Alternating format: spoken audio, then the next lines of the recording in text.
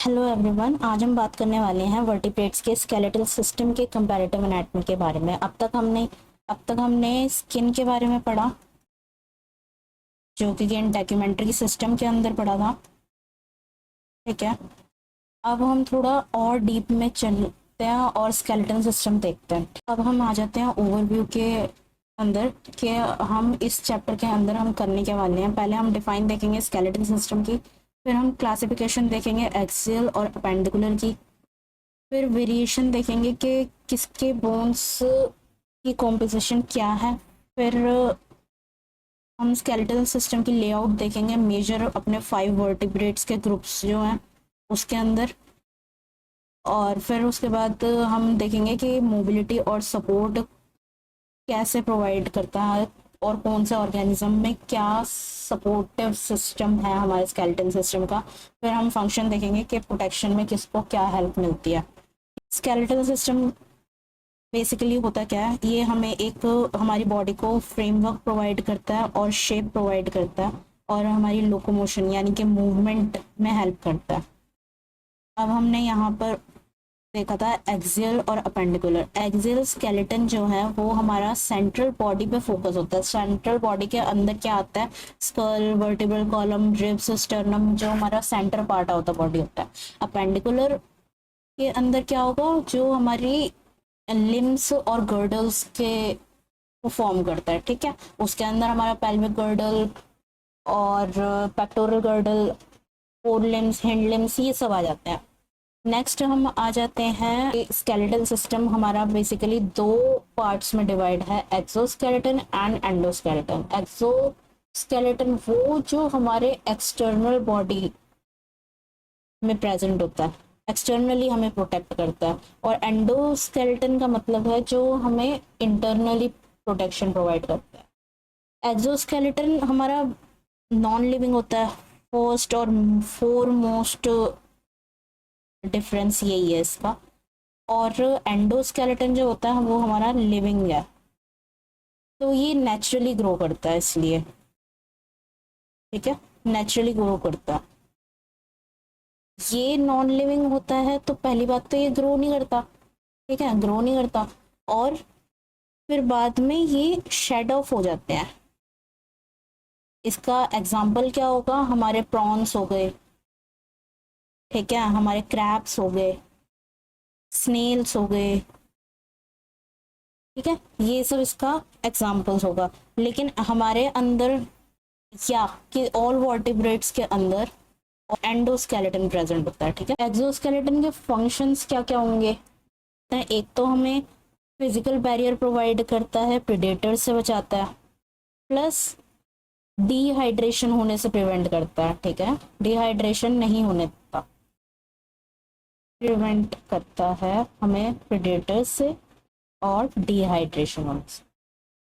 उसी तरह एंडोस्केलेटन का क्या रोल है, ये हमें फ्लेक्सिबिलिटी प्रोवाइड करता है और स्ट्रक्चरल सपोर्ट देता है। अब आ जाते हैं हम फिशेस का के अंदर ब्रांचियल आर्चेस प्रेजेंट होती हैं।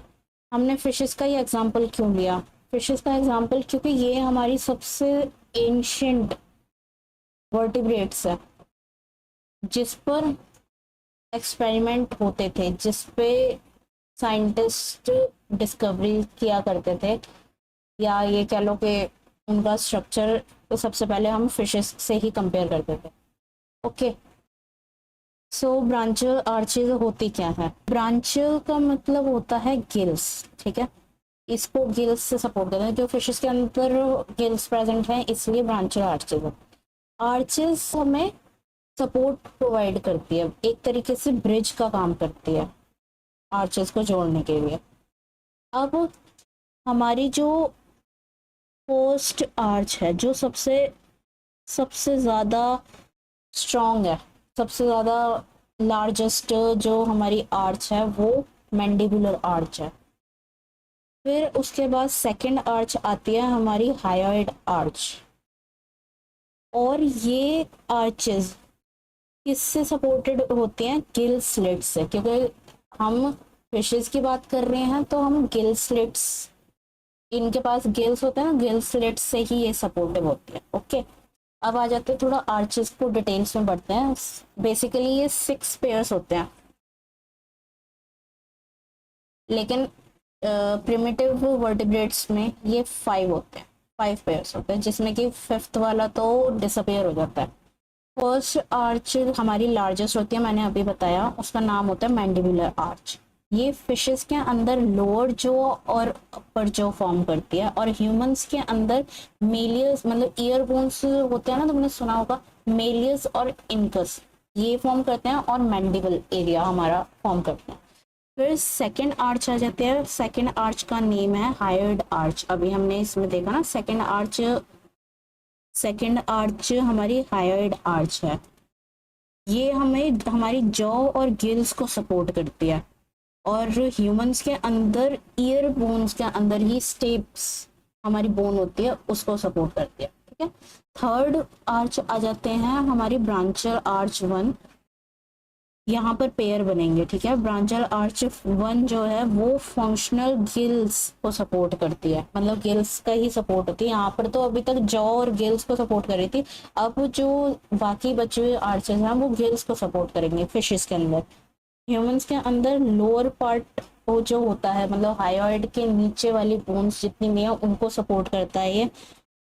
फोर्थ आर्च हमारी आ जाती है सेकंड से फोर्थ तक। जितनी भी आर्चेस हैं वो फिशेस में गिल्स को ही सपोर्ट करते हैं, या फंक्शनल गिल्स को सपोर्ट करते हैं, और ह्यूमंस के अंदर लैरिंजल कार्टिलेजेस फॉर्म करते हैं। अब आ जाते हैं 5th आर्च के ऊपर। 5th आर्च हम इसको घोस्ट आर्च कहते हैं। क्यों? क्योंकि ये हमारी एक टाइम के बाद डिसअपियर हो जाती है।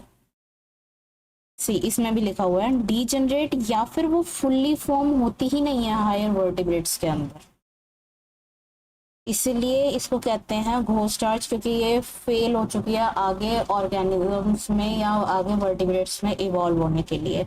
6th आर्च देख लेते हैं। 6th आर्च हमारी फिशेस के अंदर एब्सेंट होती है। क्यों?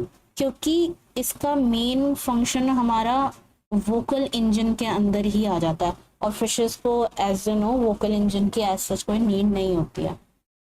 सो लंग्स और मतलब पल्मोनरी मतलब लंग्स, और वोकल मतलब वोकल कॉर्ड वगैरह, ये वाला फंक्शन सिर्फ ह्यूमंस में होता है, तो ये सिर्फ ह्यूमंस को अलाउ करती है बोलने के लिए और वोकल पिच एडजस्ट करने के लिए, लेकिन ये फिशेस के अंदर लॉस्ट हो जाती है।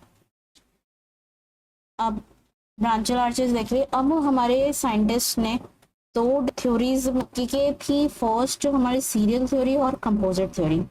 सीरियल थ्योरी के बारे में क्या कहते थे कि एक ही आर्च है, वही मॉडिफाई होकर उसने ही एक बोन बनाया। कंपोजिट थ्योरी क्या कहती है, बहुत सारी छोटी छोटी आर्चेस थी, उसने मॉडिफाई किया और एक सिंगल बोन बनाई। ठीक। आर्चेस हमारी तो इनका बेसिकली ये निकला कि आर्चेस हमारी ग्रेजुअली मॉडिफाई हुई। क्रेनियल उसने हमारा क्रेनियल हिस्सा यानी कि स्कल वाला एरिया और जॉस मॉडिफिकेशन हुई। ठीक है। अब हम आ जाते हैं, जब स्कल की बात कर रहे हैं तो स्कल हमारा 3 पार्ट्स में डिवाइडेड है। स्प्लैंक्नोक्रेनियम, अच्छा हाँ मैंने एक चीज और नहीं बताई, ब्रांचल आर्चेस को हम फेरेंजियल आर्चेस और विसरल आर्चेस कहते हैं हायर वर्टिब्रेट्स में। मतलब कि कहीं आपको दिख जाए फेरेंजियल आर्चेस और विसरल आर्चेस, तो उसका मतलब ब्रांचल आर्चेस के बारे में ही बात हो रही है। अब आ जाते हैं स्कल के ऊपर। तो स्कल के 3 पार्ट्स होते हैं, स्प्लैंक्नोक्रेनियम, डर्मेटोक्रेनियम, न्यूरोक्रेनियम। स्प्लैंक्नोक्रेनियम को हम विसरल आर्च कहते हैं।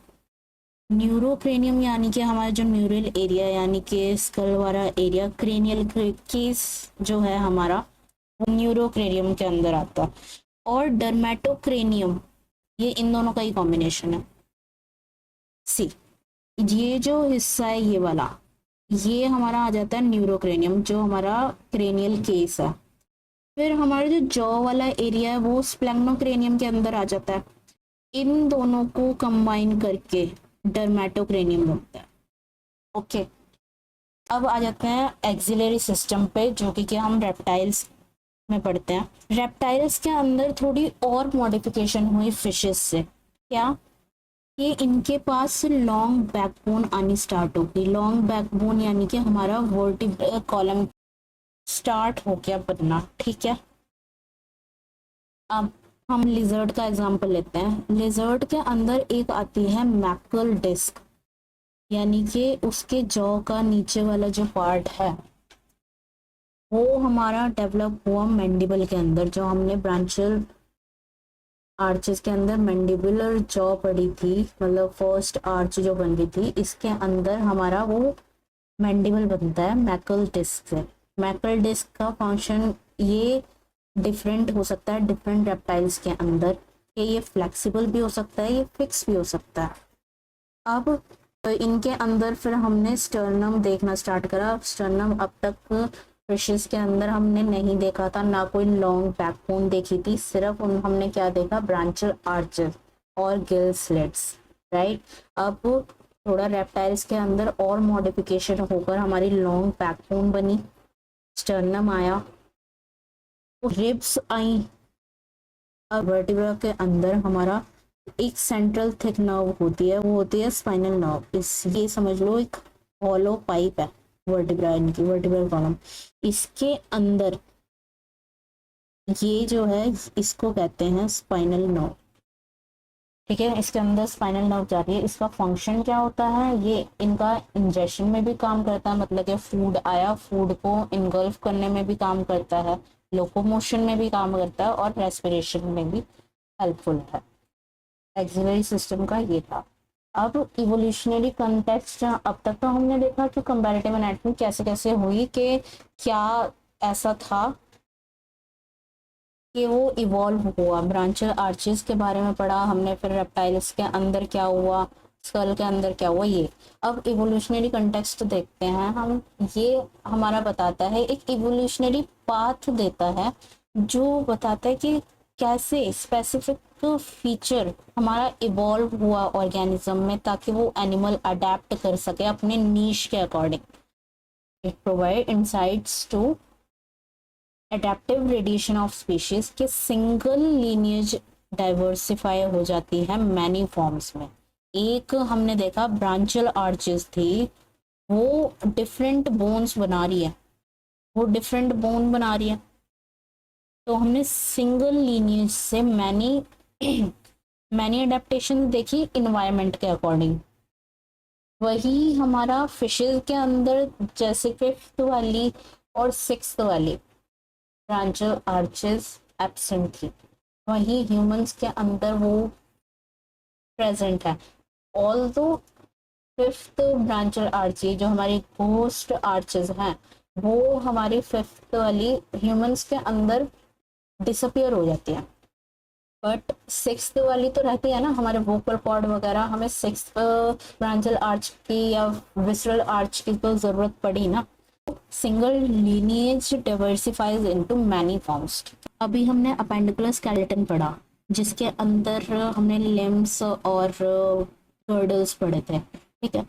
अब हमारा देखो एक्सियल के अंदर कैसे इवोल्यूशन हुआ, कि सबसे पहले हमारा पैरा एक्सियल मेसोडोम बना, मॉडिफाई होके सोमाइट्स बने, फिर स्क्लेरोटोम्स बने, फिर वर्टिब्रा बना, और ऐसे ही फिर रिब्स की जनरेशन हुई।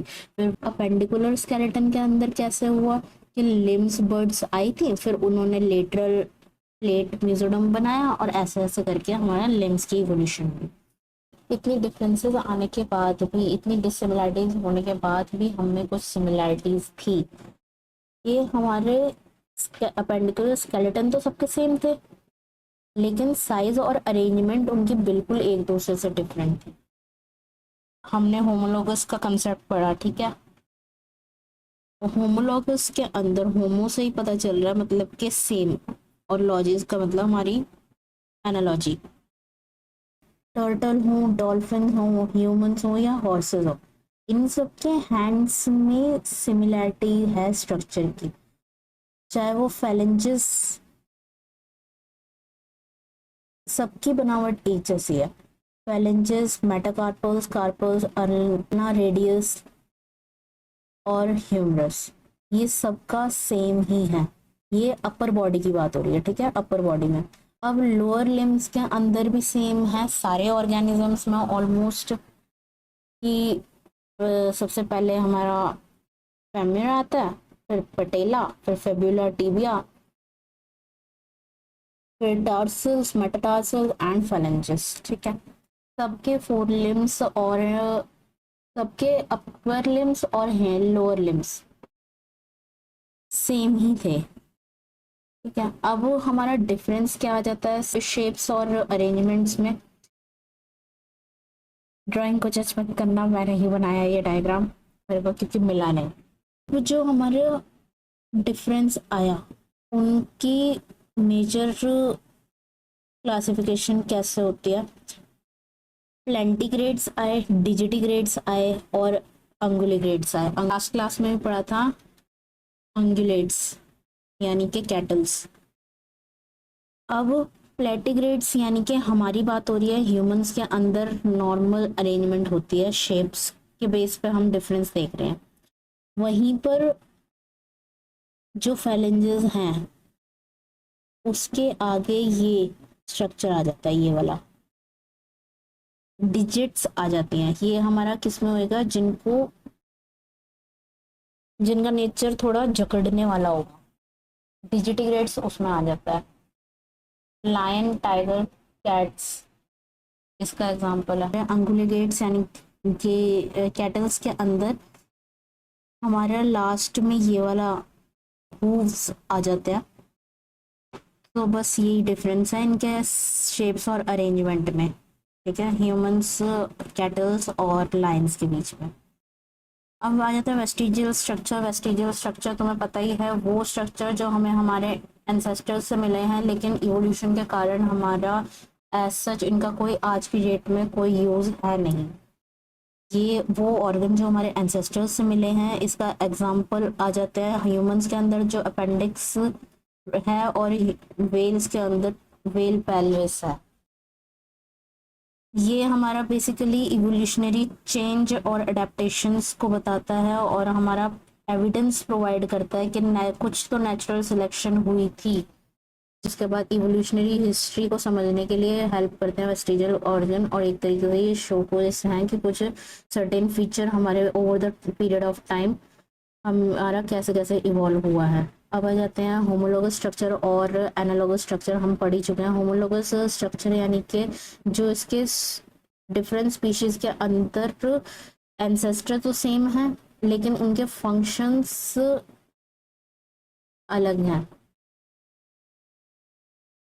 फॉर एग्जांपल कि हम फोर लिम्स मतलब कि हमारे हाथ, ह्यूमंस के, कैट्स के, व्हेल्स के, बैट के सिमिलर बोन स्ट्रक्चर है। बोन स्ट्रक्चर सिमिलर है लेकिन हमारे हमारे फंक्शन तो डिफरेंट है ना। कोई ग्रास्प कर रहा है मतलब कोई चीज़ें जकड़ रहा है, कोई वॉक कर रहा है, कोई स्विम कर रहा है, कोई फ्लाई कर रहा है। होमोलोगस के अंदर तो ये था। एनालॉगस के अंदर आ जाते हैं। एनालॉगस का डिफरेंट स्पीशीज के अंदर फंक्शन तो सेम है बट वो एक दूसरे से बिल्कुल अलग हैं और ना उनके कोई एंसेस्टर्स कॉमन रहे हैं। अब इसका एग्जांपल समझ लेते हैं। बर्ड्स और इंसेक्ट्स के विंग्स देखने में बिल्कुल अलग हैं लेकिन उनके फंक्शन तो सेम है, कर तो वो उड़ने का काम ही रहे हैं। ठीक है, अब ये डिफरेंस है होमोलोगस और एनालॉगस का। होमोलोगस के अंदर कॉमन एंसेस्टर होते हैं और एनाटॉमी सिमिलर है लेकिन फंक्शंस डिफरेंट है। एग्जांपल वर्टिब्रेट के लिम्स, वही वर्टिब्रेट्स के अंदर human arm, bat arm etcetera. Analogous के अंदर हमारे डिफरेंट एंसेस्टर्स हैं, डिसिमिलर एनाटॉमी है और फंक्शन सेम है, सारे ही उड़ने का काम कर रहे हैं। बटरफ्लाई और बर्ड्स के विंग्स को का एग्जांपल ले लेते हैं। नेक्स्ट आ जाते हैं डाइवर्जेंस का। बेसिकली मीन्स है होमोलोगस ऑर्गन्स जो बनाते हैं, एंड कन्वर्जेंस का मतलब के एनालॉगस। एनालॉगस यानी कि डाइवर्जेंस के अंदर ऑर्गेनिज्म दिखेंगे तो सेम लेकिन फंक्शंस अलग होंगे। मतलब डाइवर्जेंस के अंदर कॉमन एंसेस्टर्स हैं डिफरेंट ऑर्गेनिज्म में और कन्वर्जेंट के अंदर यानी कि एनालॉगस के अंदर एंसेस्टर्स डिफरेंट हैं बट फंक्शंस सेम हैं। इसको ट्रिक से कैसे याद करोगे? ट्रिक ले लेते हैं DHD, यानी कि divergence, divergence, homologous, different function. ठीक है, ये याद रहेगा अब आप। इसमें वही चीज़ लिखेंगे डाइवर्जेंस का और कन्वर्जेंस का कैसे कैसे डिफरेंस है। अब आ जाते हैं 5 वर्टिब्रेट्स को कंपेयर करने की बात पर। सबसे पहले हमारा आता है फिश, मेनली कार्टिलेजेस और बोन्स का बना, बोनी होते हैं ये, और सपोर्टिव और बायोंट अडेप्टेशंस होते हैं, मतलब कि बायोन्सी प्रोवाइड करते हैं, यानी कि तैरने के लिए अडेप्टेड होते हैं इनके स्केलेटन, और सपोर्ट प्रोवाइड करते हैं एक दूसरे को। ये सपोर्ट।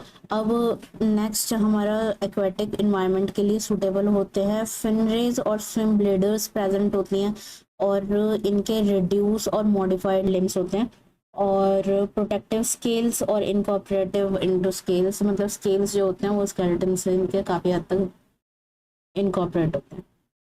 अब आ जाते हैं एम्फीबियंस के अंदर। एम्फीबियंस को लैंड और वाटर दोनों में ब्रिजिंग बनानी होती है, तो ये उस तरीके से डेवलप है कि ये ट्रांजिशन शो कर सकते हैं एक्वेटिक टू टेरेस्ट्रियल, ये कब इनको पानी में रहना पड़ जाए और कब इनको टेरेस्ट्रियल यानी कि ग्राउंड पर रहना पड़ जाए, उस हिसाब से इनका स्केलेटन डेवलप्ड है। फ्लेक्सिबल जॉइंट्स हैं इन्वायरमेंट के अकॉर्डिंग। बोन स्ट्रक्चर इनका डुअल हैबिटेट के अकॉर्डिंग इवॉल्व है। इनके लिम्स गर्डल्स इनमें प्रेजेंट हैं। उसके बाद रिड्यूस, इनके पास रिब्स के अंदर जो फ्लेक्सिबिलिटी है वो कम है रिब्स की। स्कल अडेप्टेशन डाइवर्स है। नेक्स्ट आ जाते हैं हमारे रेप्टाइल्स के अंदर। कैमलियन का हमने एग्जांपल लिया है कि ये टेरेस्ट्रियल इन्वायरमेंट में रहने के लिए अडेप्टिव हैं। ऑसिफाइड बोन होते हैं इनके, मतलब कि कैल्शियम वगैरह से बने होते हैं, और प्रोटेक्टिव स्केल्स इनके पास भी प्रेजेंट होते हैं, और लिम्ब स्ट्रक्चर्स के अंदर काफ़ी वेरिएशन है। जॉ बोन्स और टीथ में अडेप्टेशंस शो होती है इनकी। एओर्टा और लंग्स से इनकॉर्पोरेट है इनका स्केलेटन सिस्टम। नेक्स्ट आ जाते हैं बर्ड्स पे। बर्ड्स का स्केलेटन सिस्टम उड़ने के लिए अडेप्टिव है, लाइट वेट होते हैं इसलिए, और न्यूमेटिक बोन्स होती हैं। फिर हमारे पास इनके मॉडिफाइड विंग्स और बीक्स हैं। इनकी बोन फ्यूज्ड है और रिजिड है, मसल से अटैच्ड हैं इनकी बोन्स। फिर उसके बाद होलो बोन स्ट्रक्चर है इनका, मतलब खोखला, और इनकी अडेप्टिव है हाई स्पीड मेटाबॉलिज्म को शो करने के लिए, जबकि ज़्यादा तेज उड़ने के लिए अडेप्टिव है। नेक्स्ट आ जाते हैं मैमल्स का। मैमल्स का तो तुम्हें बताने की ज़रूरत ही नहीं है कि डाइवर्सिफाई है इनका फंक्शन और इकोलॉजिकल रोल, और फिर इनके पास ग्लैंड्स प्रेजेंट हैं, मेमोरी ग्लैंड्स भी प्रेजेंट हैं बोन्स के अंदर, और डेंटल फॉर्मेशन भी आ जाती है। अच्छा, डेंटल फॉर्मेशन कमेंट सेक्शन में बताओ डेंटल फार्मूला क्या है ह्यूमंस का। Skeletal system endothermic metabolism show करता है। स्कल में वेरिएशंस हैं, काफ़ी सारी बोन्स हैं, और जो इनके लिम्स हैं वो हाईली डेवलप्ड है। स्कल के अंदर इनकी 22 बोन्स हैं। शोल्डर गर्डल्स यानी अपर लिम्स के अंदर इनकी 64 बोन्स हैं। थोरेसिस केज यानी कि रिब केज, स्टर्नम वगैरह सब इंक्लूड होकर 25 बोन्स हैं। पेल्विक गर्डल यानी कि लोअर बॉडी में, हमारी लोअर लिम्स में 62 बोन्स है। ऑन एन एवरेज 206 हड्डियां हैं हमारी। अच्छा, एक और क्वेश्चन का आंसर कमेंट सेक्शन में देना कि न्यूबॉर्न बेबी के अंदर कितनी कितनी हड्डियां होती हैं, जो बाद में फ्यूज होकर मैमल्स के अंदर 206 बच जाती हैं। फंक्शनल अडेप्टेशन देखिए, अभी तक हमने स्केलेटन्स के अंदर कैसे कैसे सबका रोल हुआ कि डिफरेंट ऑर्गेनिज्म की डिफरेंट अडेप्टेशन उनके एनवायरनमेंट के अकॉर्डिंग हुई। किसी उसका स्केलेटन सिस्टम लोकोमोशन और फीडिंग में हेल्प कर रहा है, किसी को मेटिंग में हेल्प कर रहा है, और किसी को प्रोटेक्टिव लेयर की तरह काम कर रहा है। और किसी में इकोलॉजिकल रोल्स के अकॉर्डिंग वो अपनी अडेप्टेशन को फैसिलिटेट कर रहा है। सोशल और सर्वाइवल स्ट्रेटजीज पर इम्पैक्ट आता है। ठीक है, एक केस स्टडी देख लेते हैं। आप इस डायग्राम में देख सकते हैं कि कैसे स्कल से लेकर टेल तक हर एक वर्टिब्रा और लिम्बोन एक स्पेशल पर्पस के लिए डिज़ाइन हुई है। ये इस बात का सबसे बड़ा सबूत है कि इवोल्यूशन अडेप्टेशन के मुताबिक होता है, रैंडम नहीं है इवोल्यूशन। फंक्शनल अडेप्टेशंस के अकॉर्डिंग होता है। अब सम अप करते हैं। हमने अब तक देखा है जब एक ऑर्गेनिज्म वाटर से ज़मीन पर आने के लिए, मतलब मैराइन ऑर्गेनिज्म जो एम्फीबियस बना, तो उसका स्केलेटन उसी हिसाब से मजबूत हुआ। चिड़िया का स्केलेटन उड़ने के लिए हल्का होता है, जबकि एक शिकारी यानी कि मैमल का स्केलेटन तेजी से दौड़ने के लिए अडेप्टिव होता है, वो उसी हिसाब से मजबूत और फ्लेक्सिबल होता है। कंपैरेटिव एनालिसिस और इवोल्यूशनरी ट्रेंड्स के अकॉर्डिंग इन सभी केसेस को आमने सामने रखकर जब हम कंपेयर करते हैं तो हम इवोल्यूशनरी ट्रेंड देखते हैं, यानी कैसे एक सिंपल एंसेस्टर से अलग अलग माहौल के मुताबिक इतने कॉम्प्लेक्स स्केलेटल्स बने। So this was our lecture. तो आज के लेक्चर में हमने देखा कि कैसे वर्टिब्रेट्स का स्केलेटल सिस्टम उनकी पहचान और उनके जीने के तरीके को तय करता है। अगर आपको कोई भी डाउट हो इस लेक्चर से रिलेटेड तो कमेंट सेक्शन में ज़रूर पूछें। वीडियो पसंद आई हो तो लाइक शेयर सब्सक्राइब ज़रूर करें। Thank you so much.